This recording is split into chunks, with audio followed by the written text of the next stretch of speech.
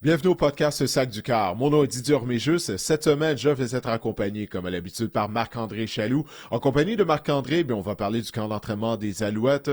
Les Alouettes qui en sont à leur deuxième semaine de camp d'entraînement, puis ça va se terminer cette semaine, samedi, avec un premier match préparatoire au Cypress Hall Molson, alors que les hommes de Jason Maas vont recevoir le rouge et noir d'Ottawa. Alors, je vais discuter avec Marc-André de qu'est-ce que j'ai vu à l'entraînement lors des derniers jours. On va parler de la NFL, bien sûr, des actualités du côté de la NFL. Brock Purdy qui a signé une grosse, mais vraiment grosse prolongation de contrat avec les 49ers de San Francisco.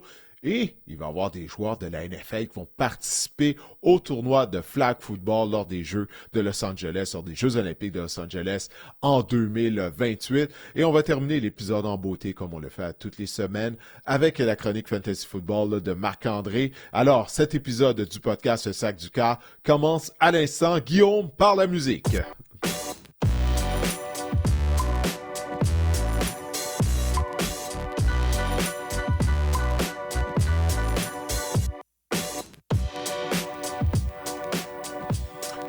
Marc-André, les matchs préparatoires ont déjà commencé du côté de la Ligue canadienne de football. Il y a eu un match préparatoire lundi soir. On enregistre le podcast mardi soir. Et puis là, ça va être au tour des Alouettes samedi. Là, finalement, on va assister à un match, mais la seule chose, c'est qu'avec les matchs préparatoires, là, moi, je suis toujours excité jusqu'à la première séquence. Puis là, il y a un manque de cohésion. Puis là, je me dis, ouais, il y a une raison pourquoi on tient un camp d'entraînement. Mais peu importe ça va être bien là, de voir les Alouettes en uniforme. Aussi, à peu près 8 joueurs qui ont le même numéro. Donc, tu sais pas trop c'est qui Ouais. lorsque tu étais présent au match. Il y a 4 numéros 23, il y a 3 numéros 92. Bref, il y a des gars qui ont des noms dans le dos, il y a des gars qui n'ont pas de nom dans le dos. Tu te demandes c'est qui ce grand-là qui n'a pas de nom, pas de numéro. Bref. Oui, c'est vrai, c'est le fun, les, Ouais. les matchs préparatoires, Didier. Ouais, mais c'est toujours bien quand il y a des joueurs qui se démarquent toutefois, tu sais. Puis Mhm. d'apprendre à les découvrir comme ça. Fait qu'on va voir. On va voir. Il y a des joueurs qui ont bien performé lors des entraînements. Question de savoir s'ils vont pouvoir faire de même sous les projecteurs samedi soir à Purcell Molson. Ah, je dis samedi Ben, soir, c'est samedi après-midi. Oui, le match est à 16 heures, hein? est à 16 heures. Oui, oui, oui, c'est vrai, c'est Mhm. exactement. Donc, on va avoir notre samedi soir quand même. On va pouvoir profiter de notre samedi soir, étant donné que les Alouettes vont jouer en après-midi. Mais parlons-en, Didier, de joueurs qui se démarquent au camp. De la deuxième semaine du camp des Alouettes, ben, tu couvres ça pour nous durant toute la semaine. À commencer peut-être par le quart Davis Alexander, Didier. Est-ce que la deuxième semaine du camp était aussi bonne que la première? Ouais, ben c'est rempli de hauts et de bas. J'ai trouvé les performances de Davis Alexander. Il y a des moments lorsqu'il est sur le terrain, lors de la période de 12 contre 12 contre l'unité défensive. Écoute, Marc-André, il décoche des passes précises dans les zones profondes avec doigté. Ce matin-là, il a complété une passe dans le coin de la zone début. C'est vraiment de toute beauté. Mais des fois, il est victime d'interceptions. Puis je veux faire attention là, avec tout ça. Parce que lors des entraînements, bon, tout d'abord, là, on est rendu à la deuxième semaine du camp d'entraînement. Du côté de la défense, on est habitué là, de pratiquer contre notre attaque numéro un. On connaît des fois, on reconnaît les jeux qui s'en viennent. Donc, il y a ça aussi là, qui peut expliquer certaines des interceptions. Kabian Anto en a réussi une lundi, qui a retourné jusque dans la zone début. Donc, il faut prendre ça en considération. Et des fois, les carrières, ils tentent des choses durant les entraînements. Hein. Ils vont tenter des passes afin de voir, OK, est-ce que ça va fonctionner? Est-ce que je suis capable d'envoyer le ballon dans cette fenêtre? Tu sais, vaut mieux que tu sois victime de ces interceptions-là durant des séances d'entraînement que plutôt que lors de rencontres. Donc, je vais faire attention à ça. Mais tout de même, il a été victime de quelques interceptions, mais à travers tout ça, il y a vraiment des belles passes qui ont été lancées par Davis Alexander. Moi, j'attends la rencontre vraiment de samedi. Les joueurs partants vont jouer, étant donné que la rencontre va être présentée à Montréal. Alors, on va avoir une occasion justement de voir là, cette nouvelle attaque des Alouettes avec, bien sûr, le nouveau carrière partant Davis Alexander. À la position de receveur de passe, maintenant, Tyson Philpott, Didier, semble vouloir reprendre cette année où il l'avait laissé avant sa blessure là, en 2024. Marc-André. OK, c'est le jour et la nuit, je trouve, cette semaine, comparativement à la première semaine du camp d'entraînement pour Tyson Philpott. C'est un peu un retour au travail progressif là, pour Philpott. Du côté des Alouettes, on veut s'assurer qu'il soit là lors du tout premier match de la saison régulière, le 6 juin. Mais là, vraiment, là, depuis le début de la deuxième semaine du camp d'entraînement, tu l'as dit, on voit le Philpott qu'on avait vu avant qu'il se blesse. explosif, les changements de direction rapides, puis encore une fois, lors d'une des deux séances d'entraînement, c'est lors de la première séance d'entraînement de mardi, écoute, il a attrapé une passe dans la zone début sur une passe de Davis Alexander d'environ une trentaine de verges. La veille, ça avait été la même chose. Lors de la journée de lundi, il a réussi 4-5 excellentes réceptions. Écoute, Philpott, moi, il m'a l'air d'être à 100%. Là. Vraiment, là, lorsque je le regarde courir ses tracés de passe, je vois le même Philpott qu'on avait vu lors de la première moitié de la saison 2024. Alors, c'est vraiment prometteur. Je pense qu'on peut parier qu'il sera en uniforme pour le premier match de la saison régulière, là, qui va être prêt pour le début de la saison régulière. J'ai hâte de voir si on va même l'utiliser samedi soir, j'allais pas dire samedi soir, samedi après-midi contre Rouge et Noir. Austin Mack est un receveur qui avait manqué le début de la dernière saison, était revenu en fin de saison, n'avait pas eu nécessairement le même impact qu'il avait eu pardon, oui, sur l'équipe à sa saison recrue. Didier, qu'est-ce que Austin Mack a l'air au camp d'entraînement? Qu'est-ce que tu peux nous dire sur lui? Ben, malheureusement, je ne l'ai pas vu lors des 4 entraînements qu'il y a eu en 2 jours. Les Alouettes se sont entraînés 2 fois lundi. Ça a été la même chose mardi. Mac était là lors de l'échauffement, mais après ça, il est allé en dedans. Donc, il soigne quelques bobos. Écoute, à ce moment-là du camp d'entraînement, là, il y a plusieurs joueurs là, qui ont des petits bobos ou tout simplement, là, écoute, on est raqué, on a des raideurs. Les Alouettes ont terminé là, leurs 2 entraînements par jour. D'ici à la fin du camp d'entraînement, on va juste avoir une séance d'entraînement lorsqu'on sera sur le terrain à Saint-Jérôme. Donc, c'est normal. Là. Ça fait partie de la réalité d'un camp d'entraînement qu'il y ait des joueurs qui aient des petites blessures. Mais toutefois, dans le cas de Marc-André, il y a un historique. Hein? Tu sais, si tu remontes même à son premier séjour dans la NFL, malheureusement pour lui, il avait subi des élongations musculaires aux ischio-jambiers. Puis là, ça avait mené à ce qu'il soit libéré. Puis là, avec les Alouettes, il rate des matchs là, depuis qu'il porte les couleurs des Alouettes. En raison de blessures, tu as mentionné l'année dernière, il s'est blessé. Là, même lors de son année recrue, il y avait eu quelques bobos, il avait traîné une blessure à une cheville. Alors ça, c'est quelque chose à observer au cours de la saison. Est-ce que Austin Mack peut rester en santé? Parce que ça, c'est quelque chose qui nous a prouvé qu'il avait des ennuis à faire ça. Alors, il ne s'est pas entraîné cette semaine. J'ai assisté, comme je l'ai dit, aux entraînements lundi et mardi. Et finalement, il n'a pas été en mesure de s'entraîner. Mais là, bon, on n'est pas obligé là, de s'emporter avec ça, mais on va garder un coup d'œil là-dessus. On va garder ça en tête tout au long de la saison. Et on avait investi, je suis du côté des Alouettes, Danny Machocha en Austin Mack, là, en lui faisant signer un contrat à long terme. Ça, dans le langage de la Ligue canadienne, je crois que c'est un contrat de 3 ans. Si ma mémoire est bonne, Didier, je me trompe. Un contrat à long terme dans la Je Ligue me souviens canadienne, pas, c'était non? pas même 4 ans. Ouais, c'était pas même 4 Ouais, ans. me semble que c'était long. 3 ou 4 Ouais, il ans. faudrait vérifier ça, ouais. Mhm. Mais je veux dire, c'est peut-être inquiétant à ce niveau-là, là, si on a investi, c'est ça, en Austin Mack, puis il n'est pas capable de rester sur le terrain, là.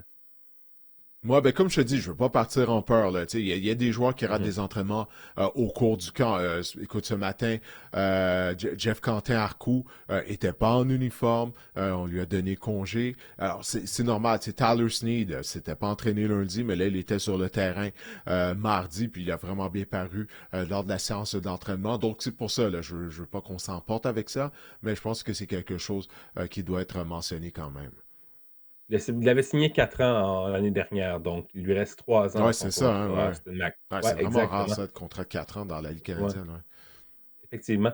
Effectivement. Tu veux nous parler également d'un autre receveur de passe qui fait écarquiller bien des yeux au camp en ce moment, spécialement lors de la deuxième semaine. Il s'agit de Jordan Vesey, qui est un vétéran de 29 ans, qui a roulé sa bosse, comme on dit, là, dans la NFL, dans la Ouais. XFL, dans la UFL, et maintenant il est dans la Ligue canadienne. Qu'est-ce que tu peux nous dire sur Jordan Vesey? Ouais, s'il y a une ligue de football professionnel en Amérique du Nord, il y a des chances qu'il a joué. Mais ça paraît toutefois que l'expérience, quand tu le regardes, lorsque tu le vois courir ses tracés de passe.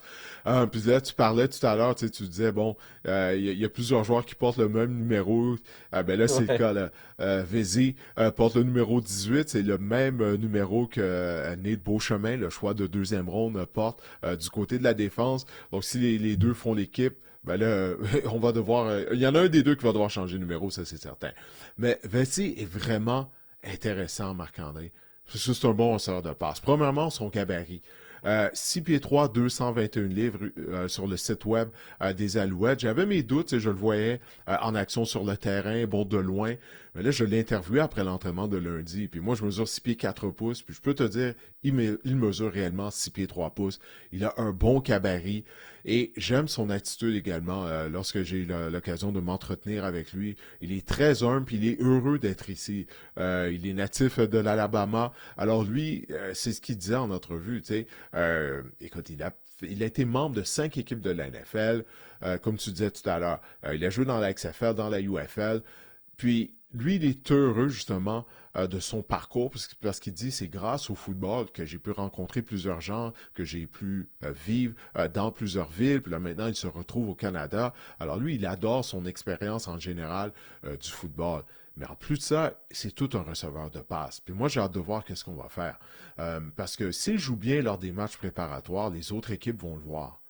Donc, si on l'envoie sur l'équipe d'entraînement, ben, il pourra avoir une équipe qui va venir le piger. Puis là, qui il va déloger au sein du groupe de receveurs des Alouettes qui est déjà talentueux? Donc, Vesey va donner des mots-têtes, des bons mots-têtes, si on peut dire, au groupe d'entraîneurs des Alouettes. J'ai l'impression. Mais lui aussi, il a raté l'entraînement de mardi, les 2 entraînements de mardi. Alors, on va voir s'il sera de retour sur le terrain au cours des prochains jours. Bien sûr, s'il sera en uniforme samedi, mais lui, définitivement, Marc-André. Ça, c'est un des joueurs que je vais observer s'il est en uniforme samedi contre Ottawa, surtout si on lui donne des répétitions avec l'attaque partante et Davis Alexander, puisqu'il est tout un receveur de passe. Pour la ligne défensive, maintenant, c'est un point focal d'organisation des Alouettes durant l'entre-saison. On n'avait pas assez de sacs la saison dernière. On a embauché Sean Oakman, qui est l'ancien des Elks d'Edmonton et des Argonauts de Toronto. Oui. Oakman, Didier, 21 sacs en 59 matchs dans la Ligue canadienne. C'est un monsieur, comme on dit. Hey, 6 pieds 8 pouces, Marc-André. Ah ouais. 6 pieds 8. OK, moi, c'est rare que je regarde les gens là, comme que ça. moi. Là. Un pied plus... Bon, ben, c'est ça. J'aimerais ça te voir à ses côtés. Mais ouais, écoute, il est vraiment grand, puis il a fait sa marque là, au sein de la Ligue canadienne, si tu l'as dit. Il était membre des Argonauts lorsqu'ils ont gagné la Coupe Grey en 2022. Il est maintenant âgé de 33 ans. Bon, l'année dernière, ça n'a pas été une grande saison en termes de production de sa part, mais il faut dire qu'il jouait à Edmonton. Les Elks tiraient souvent de l'arrière, donc c'est difficile de récolter des sacs du corps. Mais c'est un joueur qui peut avoir un impact. Naturellement, avec ses longs bras, il rabat régulièrement des passes. Puis on a besoin d'aide au niveau de la ligne défensive. On s'en est parlé là, lors des dernières semaines. Mais Sean Oakman, qui a déjà le respect là, de ses coéquipiers. Les joueurs des Alouettes sont contents de l'avoir de leur côté maintenant, là, qu'ils ont plus à l'affronter. Isaac Adeyemi-Berglund m'en parlait après la séance d'entraînement. Puis il espère que la présence d'Oakman va lui donner un coup de main. Mais c'est qu'on a également un autre plaqueur. Du côté des Alouettes du nom de Trayvon Mason. C'est un ancien des Tiger Cats d'Hamilton, Marc-André, mais aussi des grands. Pas aussi grand là, que Oakman, quand même, à 6 pieds 8 pouces, mais il mesure 6 pieds 5 pouces, pèse 300 livres.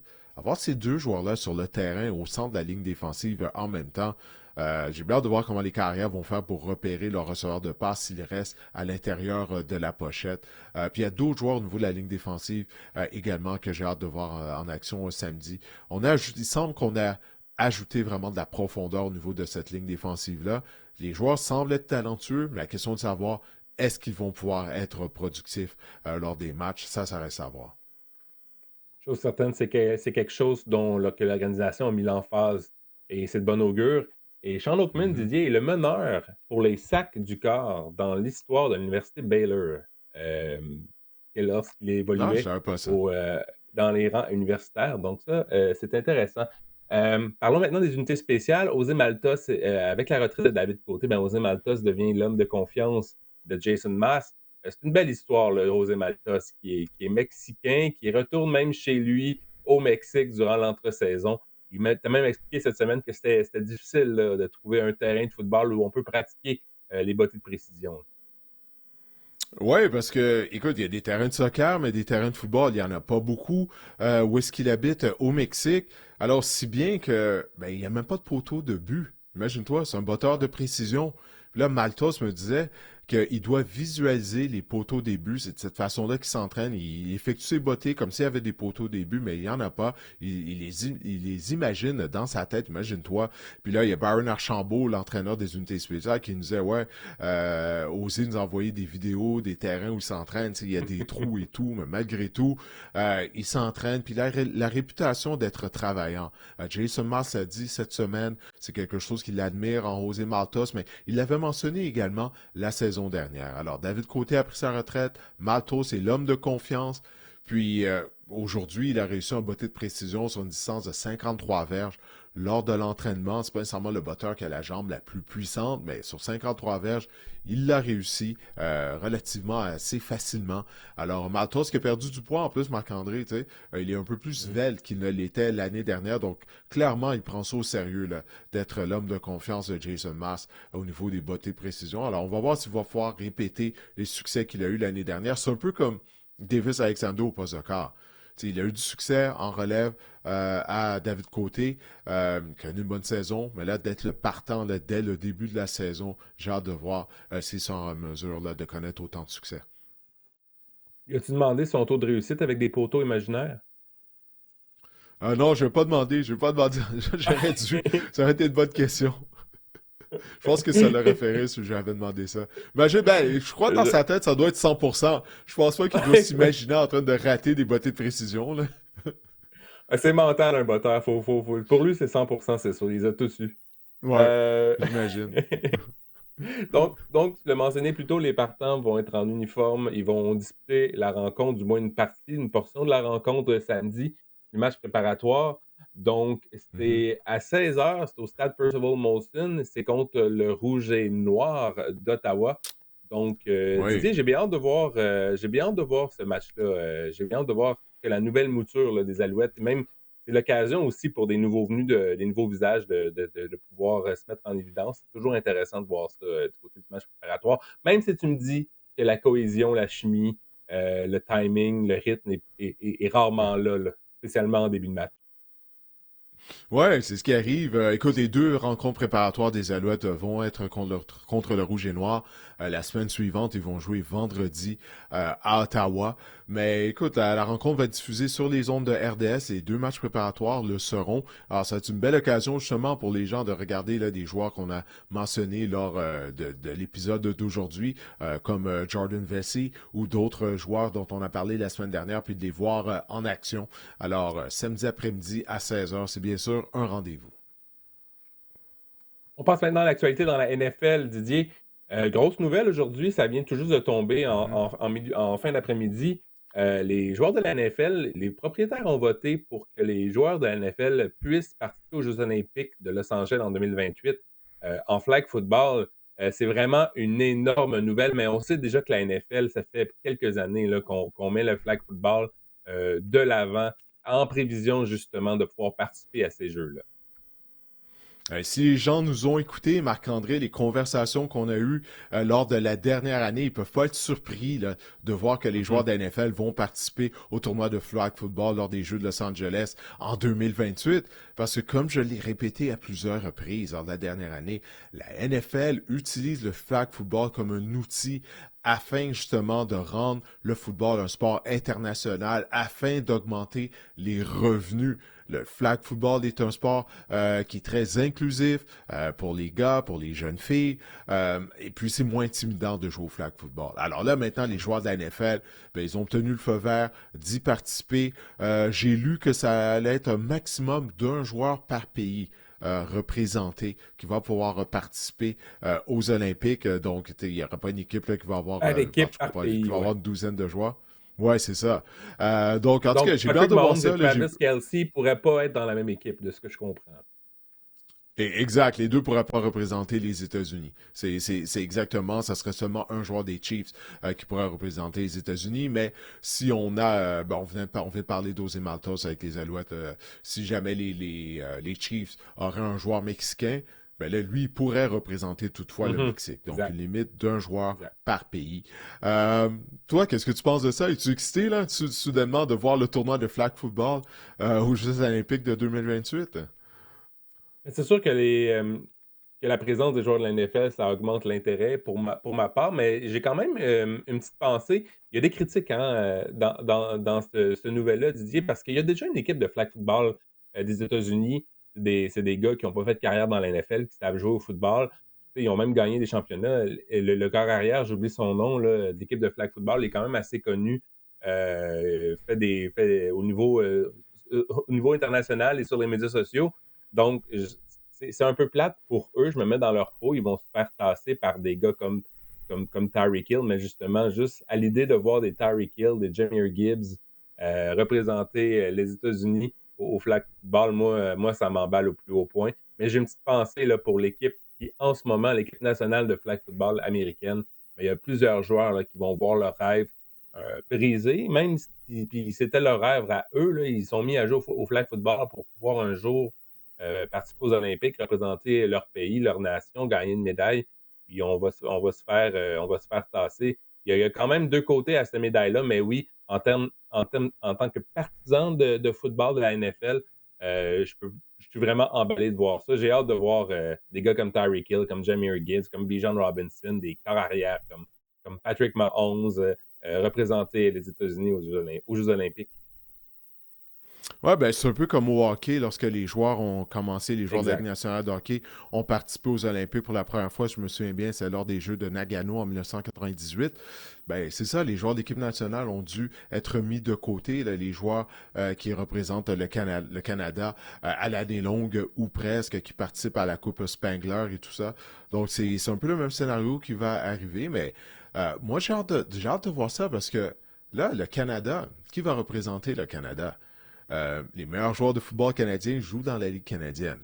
Alors là, est-ce qu'eux, ils vont vouloir participer aux Jeux olympiques? Il y a ça aussi. Est-ce que la Ligue canadienne va se dire, hey, on devrait permettre à nos joueurs d'aller aux Olympiques, Mhm. justement, en fait, de montrer qu'on a des bons joueurs de football également. Je sais qu'il y a l'ami du podcast, Anthony Auclair, ancien ailier rapproché notamment avec les Buccaneers de Tampa Bay, qui lui maintenant joue dans une ligue de flag football et il aspire à représenter le Canada en 2028. Il a toujours la passion de jouer, de l'intérêt.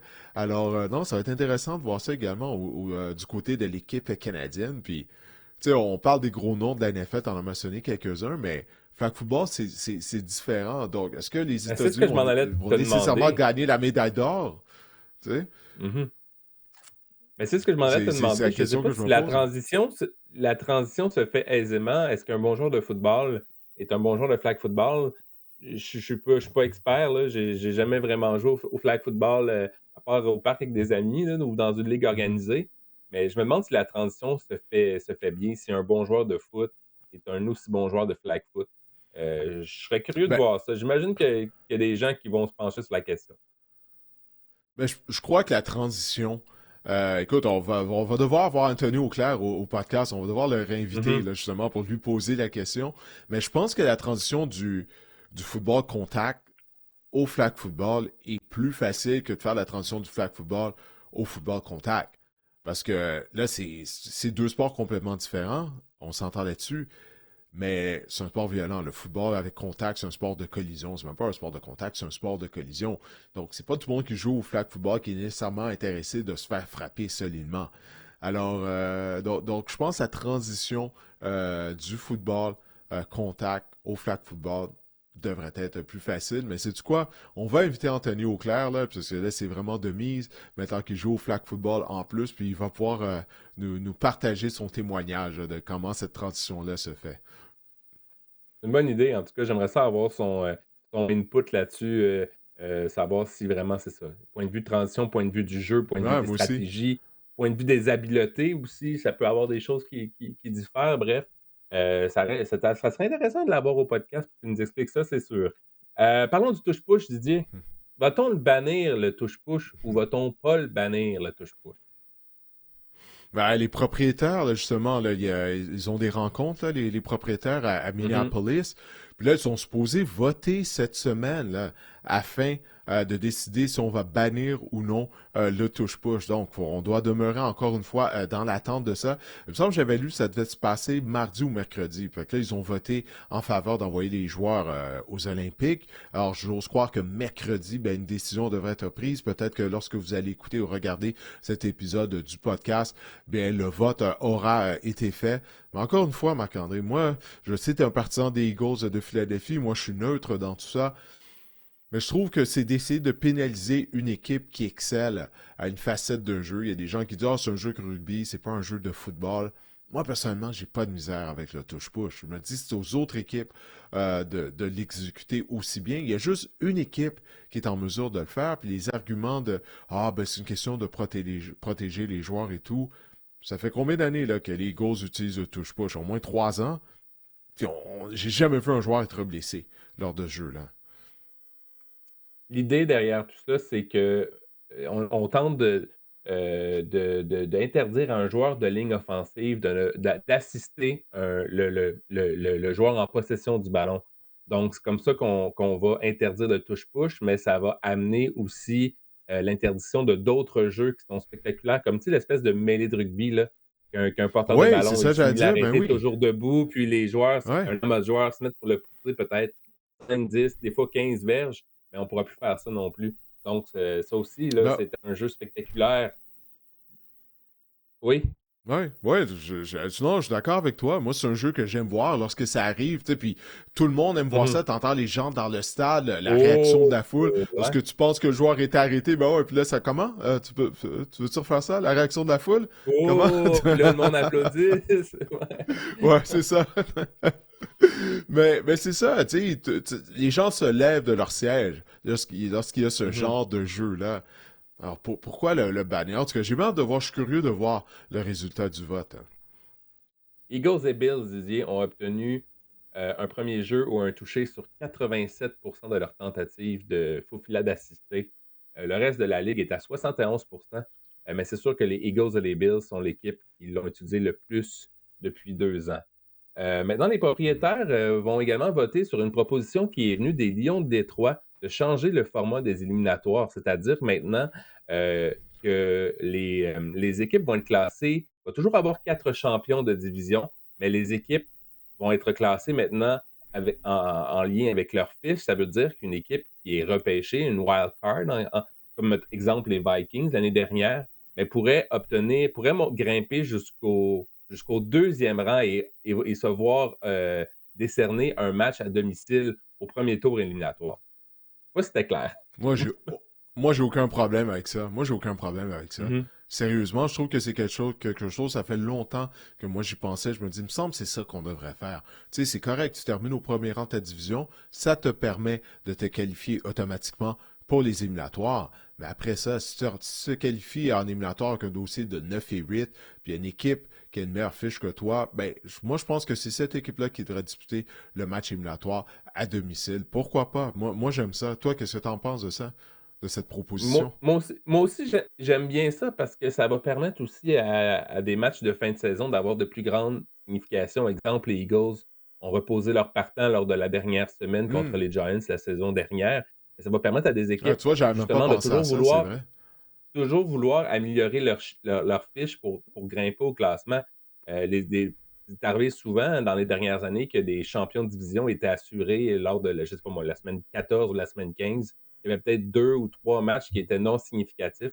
Mais là, ça va amener plus de signification. Ça va permettre aux équipes de faire jouer leurs partants encore. Souvent, on voyait les remplaçants ou les suppléants ou les corps réservistes jouer les derniers matchs de la saison. Les Chiefs aussi font ça. Ils sont souvent assurés d'un titre de division ou quelque chose. Ça va donc permettre d'avoir un meilleur spectacle en fin de saison, c'est mon avis.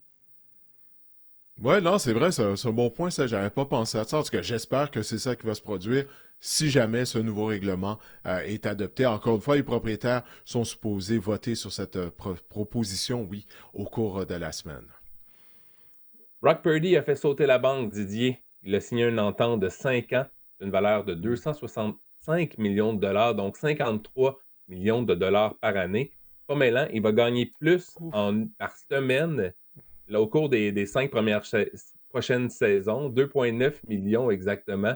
que durant toute la totalité de ses 3 premières saisons dans la NFL, il a gagné 2,1 millions au total.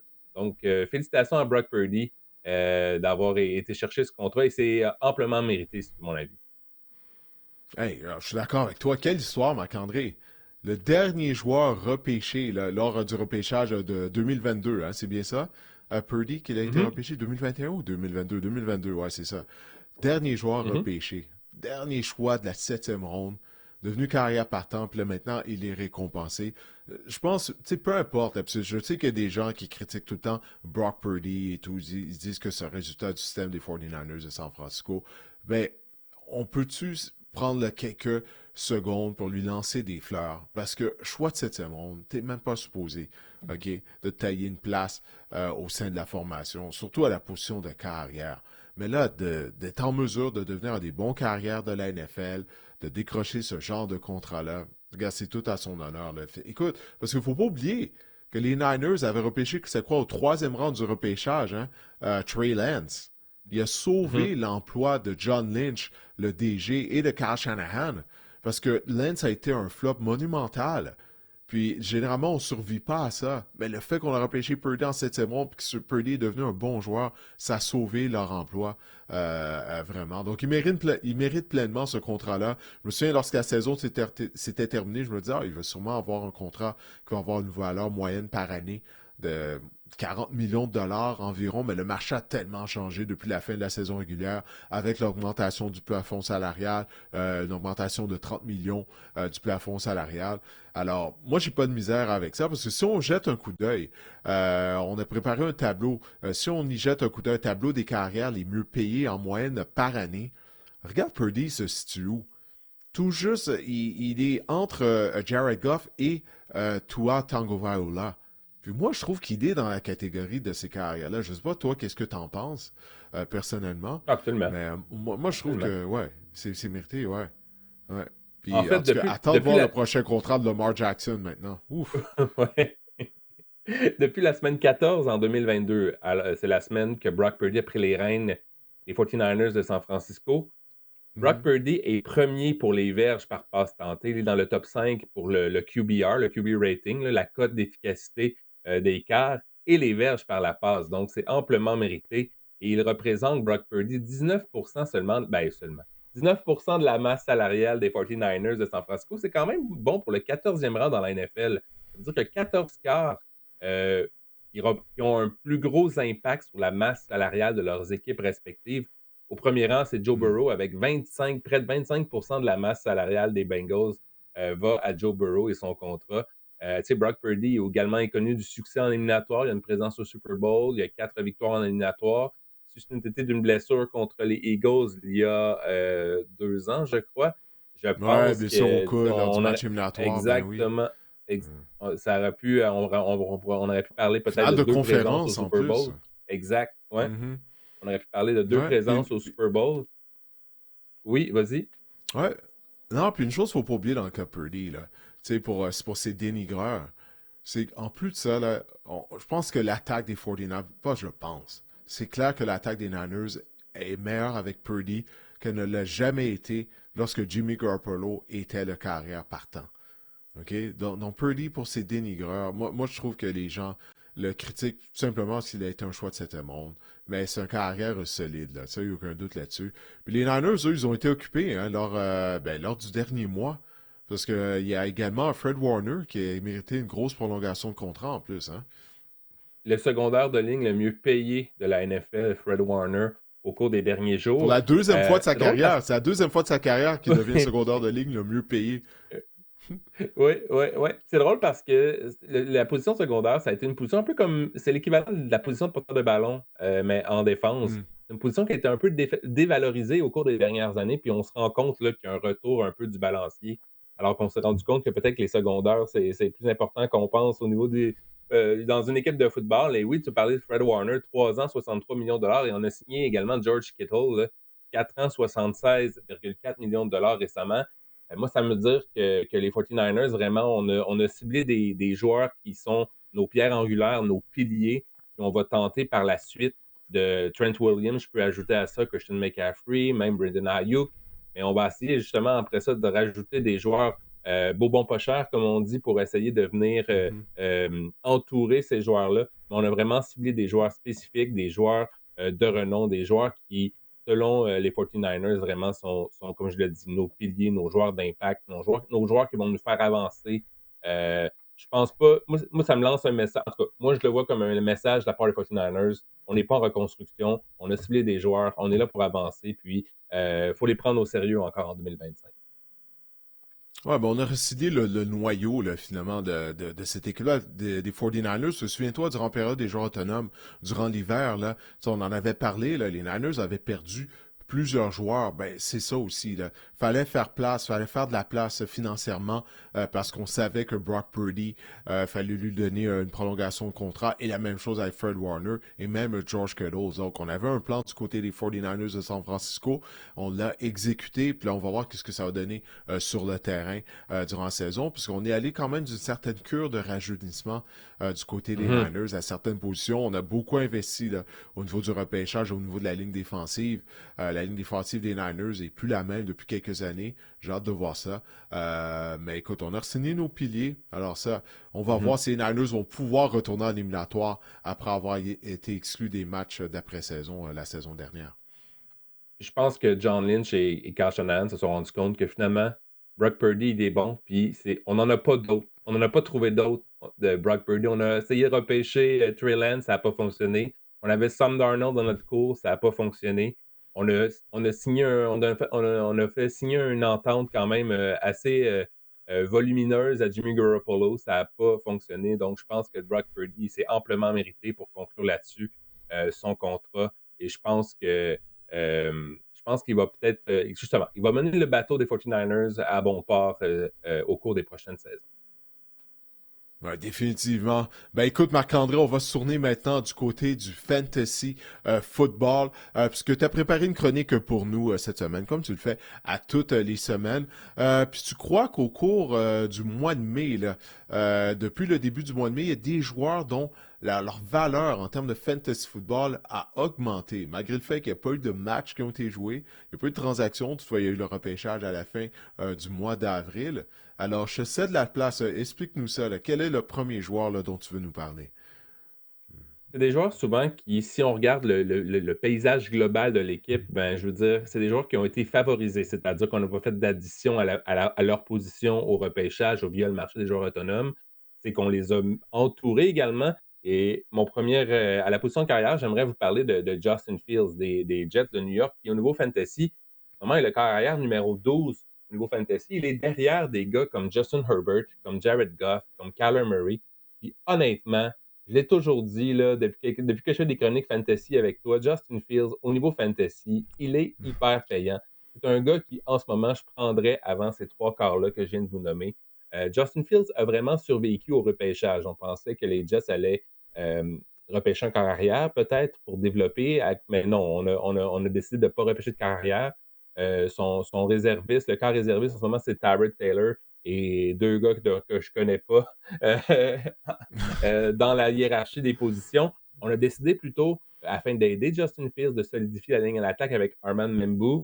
Et en 2024, il ne faut pas oublier que Justin Fields, pour la moyenne de points fantasy par match, il était au 7e rang de la NFL lors de ses départs. Et lors de sa moyenne de points par match, en 2023, il a été le quart numéro 11. En 2022, c'était le quart numéro 5 au total au niveau fantasy. Ce que j'essaie de vous dire, c'est que Justin Fields, il est payant à cause qu'il utilise ses jambes à bon escient. Et pour ceux qui pensent que Garrett Wilson est mort et enterré avec Justin Fields, ben, souvenez-vous que c'est comparable à DJ Moore. Hein? On se disait Justin Fields et DJ Moore, ça ne marchera pas. Mais DJ Moore a connu sa meilleure saison au niveau fantasy pour les réceptions, les verges et les touchés avec Hmm. Justin Fields en 2023. Il a été le receveur en format PPR.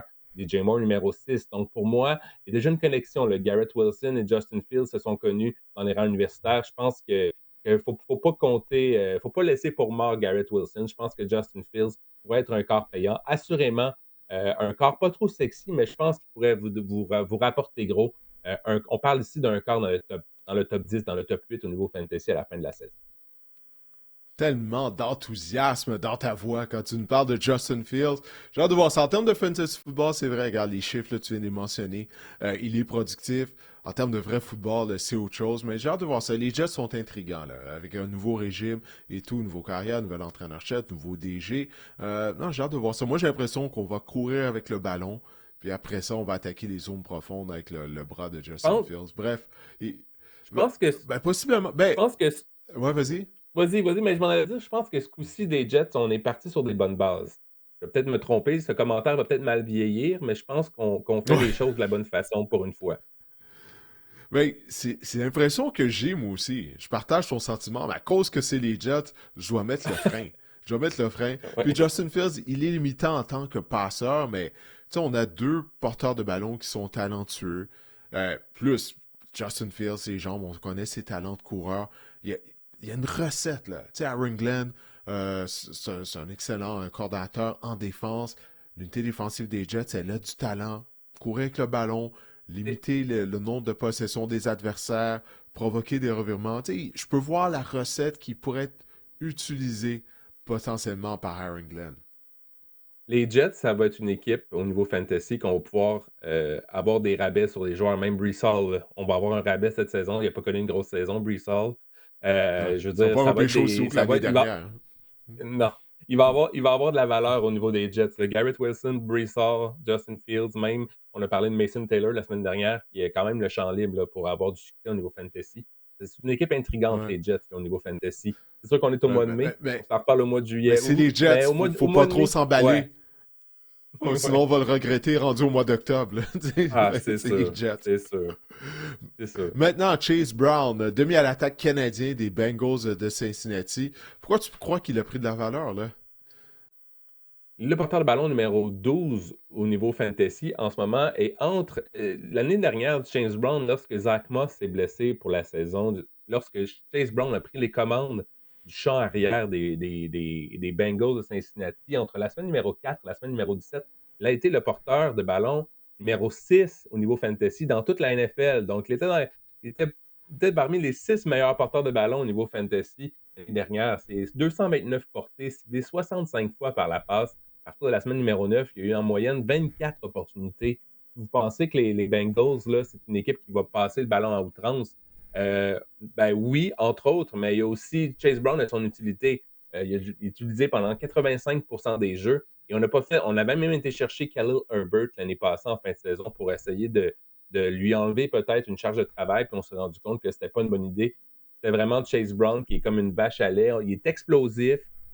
Lorsqu'il trouve un trou là, dans la ligne défensive, il est explosif, il gagne de bons gains.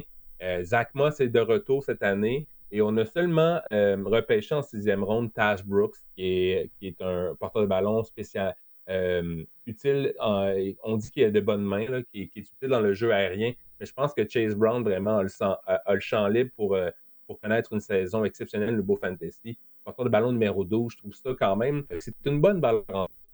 Ça peut changer. Évidemment, on est qu'au mois de mai. Mais je trouve que Chase Brown là, pourrait connaître.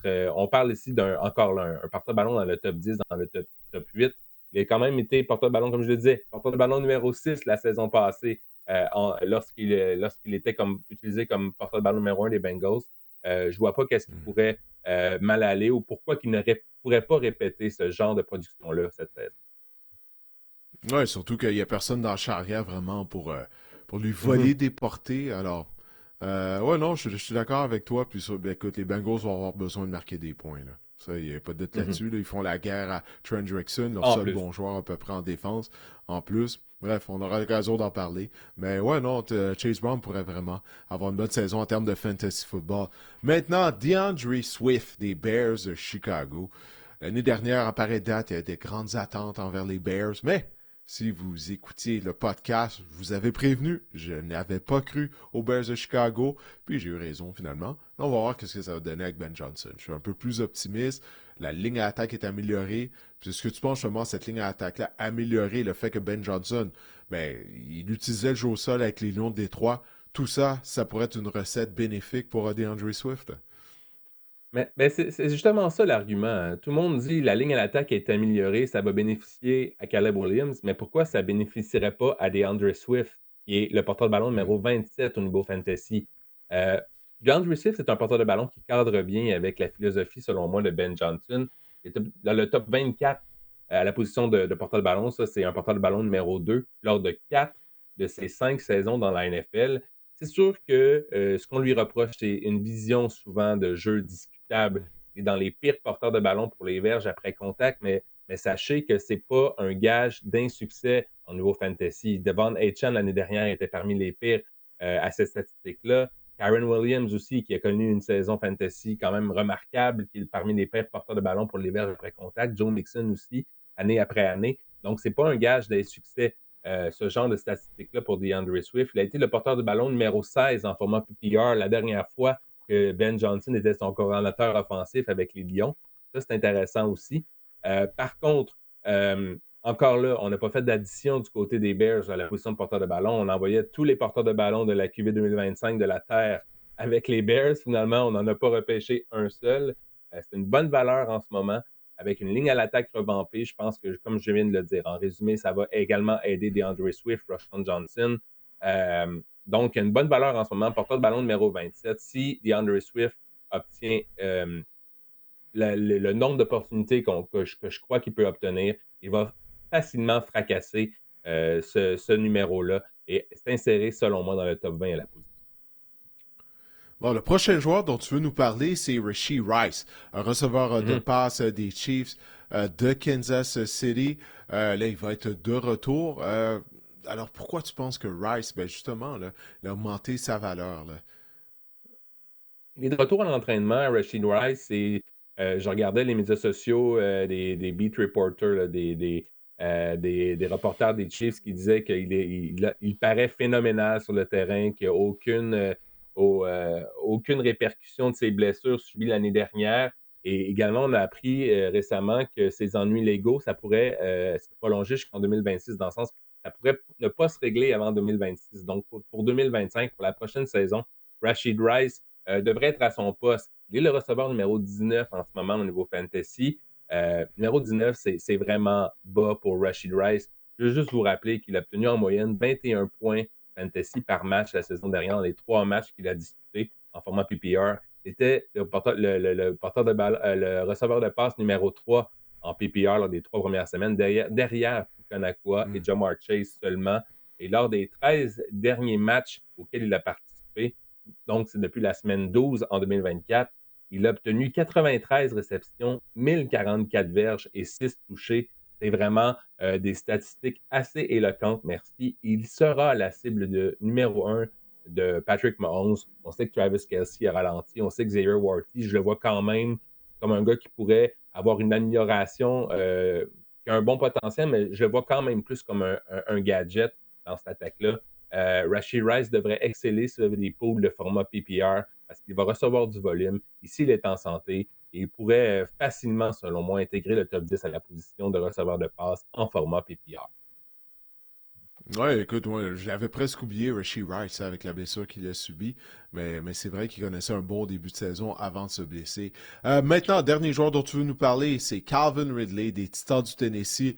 Regarde, là, ça c'est simple. Will Levis, en théorie, devrait plus être le carrière partant. On a repêché Cam Ward avec le tout premier choix du repêchage. Ça se résume à ça pas mal, là, je pense. Hein? Juste amélioration en position de carrière, non? Ça complète l'épisode du Stack Discord. On se revoit la semaine prochaine. Non, c'est pas vrai. Alright, on a fait le tour. Non, il est le receveur numéro 36 en ce moment au niveau fantasy. L'année passée, Didi, il avait quand même obtenu plus de 1000 berges avec le duo Will Levis et Mason Rudolph. Il avait été ciblé 120 Quel fois. duo, hein? Wow! Ça c'est fascinant, Didi. Il avait été ciblé 120 fois par les deux corps. Il avait obtenu seulement 64 catchs, mais 70 de ces 120 passes dirigées vers lui étaient attrapables. Donc, il en a attrapé 64 sur 70 qui étaient attrapables. Donc, c'est quand même pas mauvais. J'ai tellement pour pas de Calvin misère Ridley. à croire cette statistique-là, sérieusement.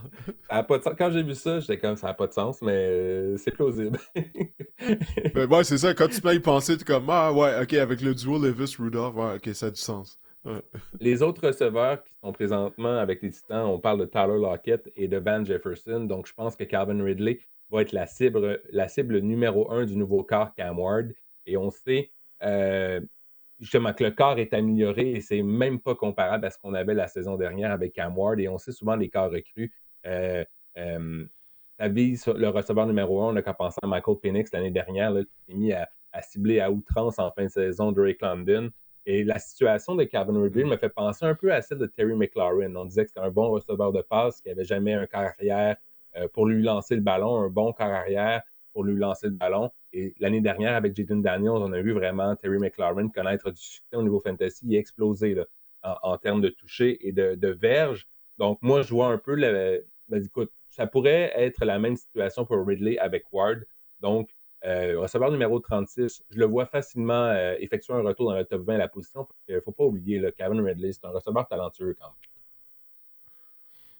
Faut juste pas que Brian Callahan vienne tout bousiller ça. Moi, j'ai mes réserves face à Brian Callahan, l'entraîneur-chef des Titans du Tennessee. Là, il n'y a pas d'excuses. Il a une carrière maintenant. Je sais qu'il avait hérité de Will Levis. Mais là, il n'y a plus d'excuses pour Brian Callahan. Mm-hmm. Bon, hey, c'est pour de vrai, on a fait le tour, Marc-André.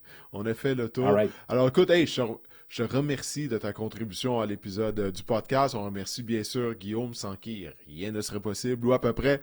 Et puis, on espère que cet épisode du podcast Le Sac du Cœur vous a plu. La semaine prochaine, on va parler d'un match de football. Ben oui, on va pouvoir discuter de la performance des Alouettes lors de leur tout premier match préparatoire. Je vous rappelle que cette rencontre sera présentée au Saperso Molson contre le Rouge et Noir d'Ottawa à 16h et ça sera bien sûr diffusé sur les ondes de RDS. On va pouvoir jeter un premier coup d'œil à cette édition 2025 des Alouettes. Alors, j'espère que cet épisode vous a plu et on vous reparle la semaine prochaine.